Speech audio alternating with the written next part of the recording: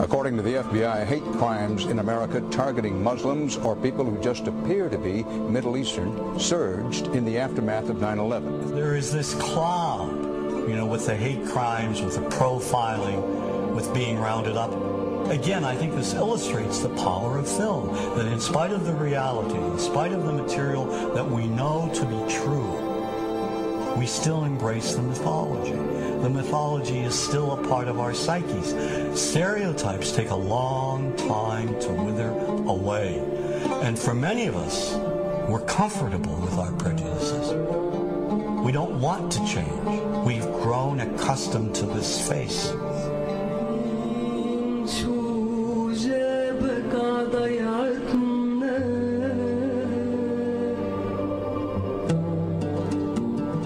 When we think of Arabs, what do we see? What images come to mind? Do we see actual people? People who, despite real cultural or geographical differences, do pretty much the same things that we do. When we think of Arab women, what images come to mind? Do we see women who laugh and play and who adore their children? Women who work in the home as well as outside? Would it come as a surprise to know that in many Arab countries, a majority of college students are actually women? What's our immediate image of Arab men? Do we see loving fathers? Men who want to provide for their families? What about Arab teenagers? Do we see them the way you would think about teenagers in other parts of the world? Then there's religion in the Arab world. Do we see it as all-encompassing, dominating everything else?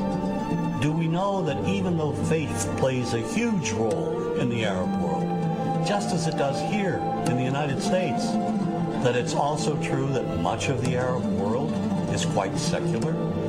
When we think of Arabs and religion, does Christianity come to mind? Do we remember that there are over 20 million Christians in the region who have lived side by side in harmony with Muslims for centuries? To their credit, some filmmakers have shown Arabs and American Arabs in all their complexities. An excellent way to shatter a stereotype is through laughter, through comedy. So we have comedians. Comedians have done this historically. Black comedians, Jewish comedians. So we see Arab comedians doing this, and this is one way to release the tension. My name's on a credit card, true story. Guy behind the counter picked up my credit card, sees the Olive Garden, looks at me all weird. He's like, hey, buddy, what kind of name is, that?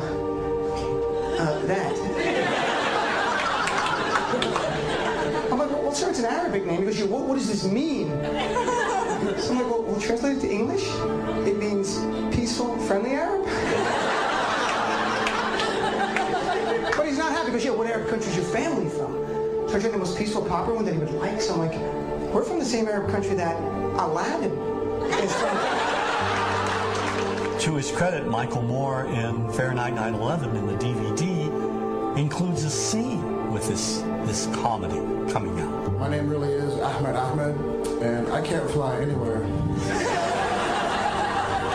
All you white people have it easy. You guys get to the airport like an hour, 2 hours before your flight. It takes me a month and a half.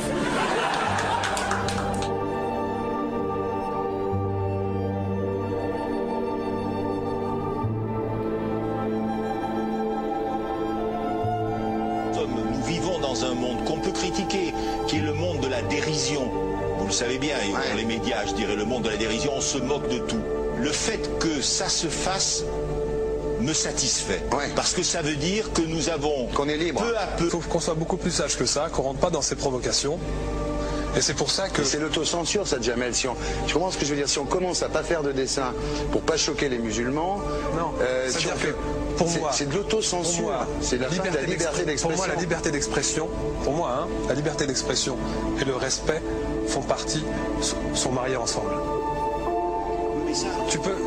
Moi, je suis pour la liberté d'expression. Mais si je vais blesser une personne, pourquoi blesser la personne? Non, mais si moi j'ai envie de faire une caricature sur Mahomet ou sur un rabbin ou sur Jésus-Christ, il faut que j'ai le droit de le faire. Tu comprends? C'est ça la France. Quand tu sais que tu vas blesser 10 millions de personnes, pourquoi tu vas les blesser? Pourquoi? C'est la liberté, c'est ça. C'est la liberté de...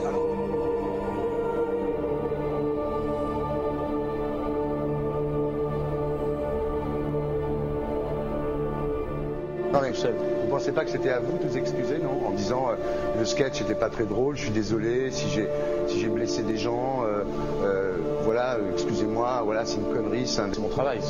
Mais vous ne referiez pas le même sketch quand même? Mais le spectacle que je fais reprend en grande partie les lignes de ce sketch.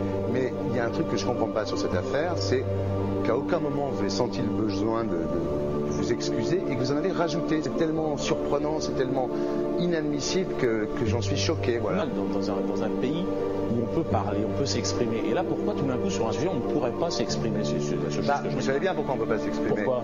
Parce que dans ce pays, on a envoyé pendant la guerre des juifs dans des chambres à gaz et que ça crée un petit problème quand même. Vous voyez ce que je veux dire? Dans ce pays, on a envoyé pendant 400 ans des centaines de millions de Noirs, il y avait 400 ans d'esclavage, et pourtant ça n'a pas empêché Michel Leb de faire un sketch qui m'a fait marrer, où il faisait un noir, et à la fin il faisait un singe, et en parlant des narines, en parlant des lunettes. En tout cas, lui, il n'a pas été interdit d'exercer son travail, il a même eu la Légion d'honneur. Quelqu'un qui a toute sa famille qui a été exterminé dans un camp de concentration et qui voit quelqu'un à la télé qui dit Israël, vous vous rendez compte? Je ne sais pas. Il y a des moments où même si on connaît les gens, même si on les a invités, on leur...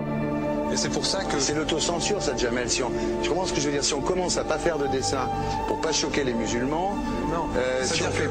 Pour moi, c'est de l'autocensure. C'est la liberté d'expression. Pour moi, la liberté. Et là, pourquoi tout d'un coup sur un sujet on ne pourrait pas s'exprimer sur ce sujet? Vous savez bien pourquoi on ne peut pas s'exprimer. Parce que dans ce pays, on a envoyé pendant la guerre des juifs dans des chambres à gaz et que... Deux poids, deux mesures. La liberté pour tout le monde.